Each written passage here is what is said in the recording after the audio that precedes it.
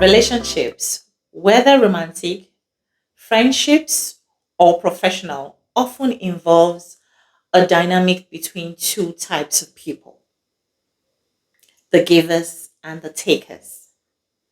Givers are those who pour out their time, energy, and resources into nurturing and connecting, while the takers primarily seek to receive. And this interplay impacts both sides deeply and shapes the overall health, longevity, and satisfaction within any relationship. Let's explore the meaning, impact, benefits, and pitfall of being a giver or a taker, along with understanding when to set boundaries. Boundaries.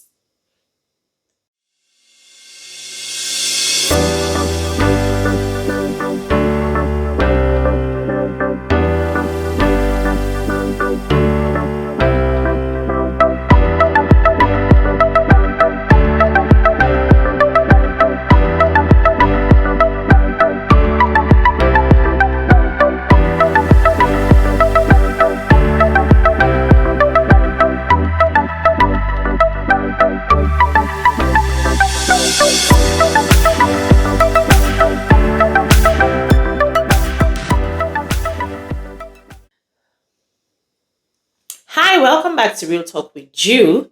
And today we are looking into givers and takers in relationship and friendships, the balance of giving and receiving. First, let's look at the givers. Who are the givers and how does giving affects them?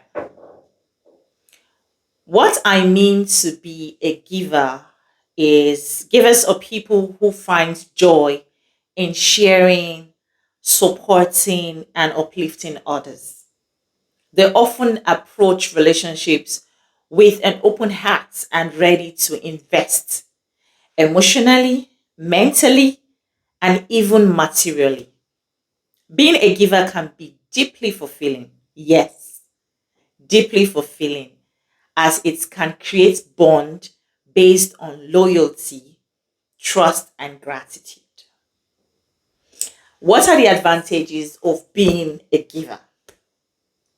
Strengthens relationship.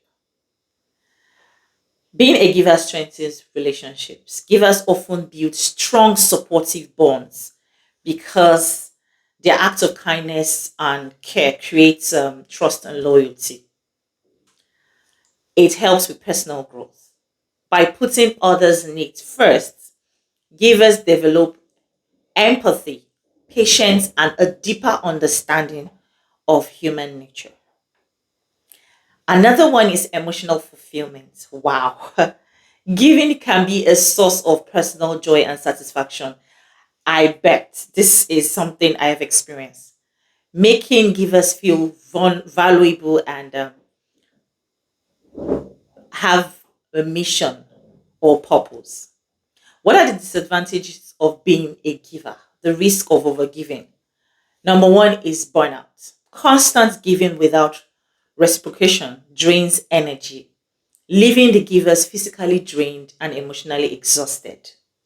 So, givers don't always expect you to reciprocate. Trust me, they don't even think about it. But nature demands that you reciprocate, that you give back. It's like your bank account, okay? When you keep taking money out of it and you don't replace it, it becomes empty. That's how it feels. Then resentment and frustration. When givers feel taken advantage of, they might develop resentment, which can poison the relationship. Resentment is a resentment in a giver can ruin the relationship. It runs deeper than you expect, often in ways that you can't immediately observe, but it will be there. Keep growing. It keeps growing. Okay? When you don't feel valued or appreciated or reciprocated, it can lead to feelings of frustration and bitterness over time. This resentment builds build up and turns into the act of kindness into a burden. It makes them feel like they are being burdened by other people because they've overgiven. For a giver to get to this resentment stage, it will affect your relationship. Trust me, and it will affect their mental state, their emotional state, and their physical well-being. The givers will get drained completely, and it will start affecting their body. Emotionally drained, constant giving feels it makes them feel like they are not being valued. Okay, and when they keep giving and giving and they get exhausted, they might feel like you're taking them for granted, especially when you're not giving back or you're not being appreciative. Listen to them feeling sad and angry. Number two, mental stress. A giver might replay scenarios in their mind, wondering if they've not done too much, they've not done so much for you, or they've not done enough for you. Okay? And it makes them feel used. Overthinking can lead to anxiety and confusion about their self worth. Number three is physical fatigue. When a giver is emotionally and mentally stressed, it often shows in their body. The resentments will result to physical fatigue like headache, sleep disturbance, weakness in immune system. Trust me, emotional problems can actually affect your physical being. And it will strain your relationship. It will cause resentment, causing distance between both of you, both the giver and the taker. The giver will withdraw, you know, it will he or she would want to be tensed every time you show up. Then it also make them lose joy. The significance of a giver is the the ability to feel fulfilled, okay, and feel purposeful. When they feel drained, it shifts from that perspective of generosity to make them feel like they are being used or manipulated, which will make them unwilling to give in the future. Then identity crisis for people who are givers. When they start feeling resentment, they start questioning their identity. They might be asking themselves, am I a kind person? Or am I just forcing to be a kind person? Which will bring shame and blame. Okay. Then another thing is it makes them lose their self worth. Over time, when they focus solely on other people, they start and they are unappreciated, they start feeling like their self worth is missing. They start feeling empty. Their self worth starts deteriorating. They feel emotionally exhausted. They'll feel burnout physically, emotionally, mentally. Their physical health will decline. Stress will show on them. And, it can manifest physically, impacting their health, diminish self esteem over time. And at the end of the day, they would withdraw. That's the disadvantage of overgiving. Then now let's look at the takers. Who are the takers? What does being a taker mean? Takers are those who primarily focus on receiving from a relationship. They might seek emotional support, financial assistance, or time from other people without providing much in return. For takers, relationship can often become one-sided when an the emphasis is on how others can meet their needs. What are the advantages of being a taker? Yes, the advantages of being a taker. Trust me. The first advantage of being a taker that I would talk about here is takers receive resources and support easily without much effort, you know, and they gain comfort and ease in life. Number two is self advocacy skills. Takers often know how to voice out their need. You can imagine. Takers know how to voice out what they want and what they don't want and their desires. And number three is reduce stress. Takers don't go through too much stress because they prioritize their own self. And because of that, they are less burdened. The disadvantage of being a taker and long term impact. You see that I didn't just say how it affects them, I said long term impact. One thing a taker doesn't know, especially when they overdo the thing, the taking thing, is that it leaves a long lasting damage on them. Keep thinking that you are the sharp guy. Takers, they play. You'll know very soon. The fact is, number one is shallow relationship. Constantly taking without giving can drain the trust in your relationship, making the relationship feel transactional and superficial. Imagine you always calling me as my friend, or my partner always calling me when you have problems or when you need me to sort out things. I will feel like our relationship is based on that.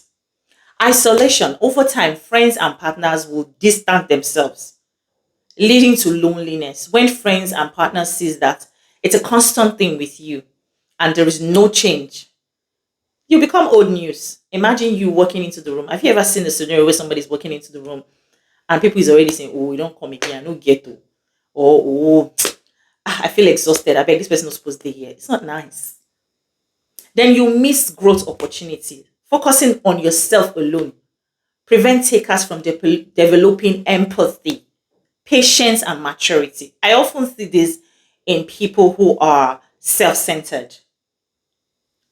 They lack 100% emotional intelligence. I'm not joking. No matter the age, because they have not been able to inconvenience themselves for others, they don't even understand what it means to be emotionally intelligent, because this thing actually helps you with maturity, patience, and empathy, which they will never know. Then loss of relationship, constant taking erodes trust, often leading to friendship and partnership distancing themselves from you. Entitlement mentality is another one. Over time, takers may feel entitled to others' energy, time, and resources, creating unrealistic expectations and demands. So, another point is isolation over time. Friends or partners may distance themselves away from you. They may start staying away from you, okay, leading to loneliness. When friends or partners sees that it's a constant with no change, you become old news. Imagine you walking into a place and people are already feeling uncomfortable, saying, "Oh, I don't have money to give this person." That's not nice. Then you miss growth opportunity. Focusing on only yourself prevents takers from developing empathy, patience, and maturity. I often see this in people that um, are self centered. They lack 100% emotional intelligence, no matter their age, because they have never inconvenienced themselves for others. And this act alone is a lesson that helps you develop maturity, patience, and empathy. Then loss of relationship. Constant taking erodes trust, often leading to friendship and partners distancing themselves from you. Then entitlement mentality. Over time, takers may often feel entitled to other people's time, energy, resources, and so on and so forth, creating unrealistic expectations. Then it will stun your growth. Without learning to give, takers often miss out on personal growth, like empathy, and even knowing the true depths of true connection, keeping them away from even experiencing true fulfillment. There's a fulfillment that givers experience that takers will never experience if they don't reciprocate. Then let's see the difference between givers and takers, which is better. Ideally, a healthy relationship requires a balance where both parties give and take in fair measure. I know that is far fetched because it won't be in fair measure. So, neither role is better. Okay, it's finding the harmony and creating the environment for mutual respect and care and appreciation. I've heard of the phrase that says, the hand that gives is better than the hand that receives. That phrase implies that the givers are superior to the receivers. While it promotes generosity, it also creates an imbalance of power, which is problematic. I don't think that phrase is healthy, but it's just help in promoting generosity, though. Okay, so from the healthy point of view, givers and receivers should be seen as equal. Both are vital to a healthy relationship, and neither role is better. Okay, than the other one, the other mindset of a giver is better than a receiver. Givers and receivers are two sides of a coin. Healthy relationship thrives on both mutually exchanging, not controlling. All right. So imagine that you're in a relationship, maybe with your partner, and your partner always gives and never receives. Trust me, you won't like that kind of relationship, because at some point you're useless to that person. There should be something that person needs from you, or will take from you, or will agree to take from you. Okay, so let's talk about setting boundaries and drawing the line. Forgive us. This is a personal advice for myself and for you. Know your boundaries. Know your boundaries. Deter- Determine how much time, energy, and resources you can give. Determine how much time, energy, and resources you can give without feeling depleted. Another one is practice self care. Allow yourself to enjoy yourself. Okay, don't always think about other people every time. Then recognize red flag. If someone constantly takes without reciprocating, it may be time to evaluate that relationship and know where it's going. Please give us. I'm talking to myself too. Please. And for takers, word of advice, build self awareness. Reflect on whether you're contributing enough to your relationships before it's too late. Practice giving. Offer your time, your care, or appreciation. Okay? And respect boundaries. Understand when other people need space and support, and respect their needs. See, I need to say this, okay? There are some there are some takers that can't give, but they'll promise that they can do something for you. Please, if you cannot go that way, don't bother giving, because they will do something for you and make you regret it at the end of the day. And you regret even taking that time to accept their niceness. Okay, so please give, take us. If you cannot give, just know you cannot give. Don't make somebody miserable because you want to try to give. Okay. So final thoughts on this is the fact that true connection is about balancing this relationship. Okay, the relationship thrives on both giving and taking, respecting each other's space and boundaries, though. Okay, and I feel like setting boundaries, practicing empathy and mutual respect will give both the givers and the takers a balance and harmony to be in the relationship together and to connect on a richer level and a meaningful level. Okay.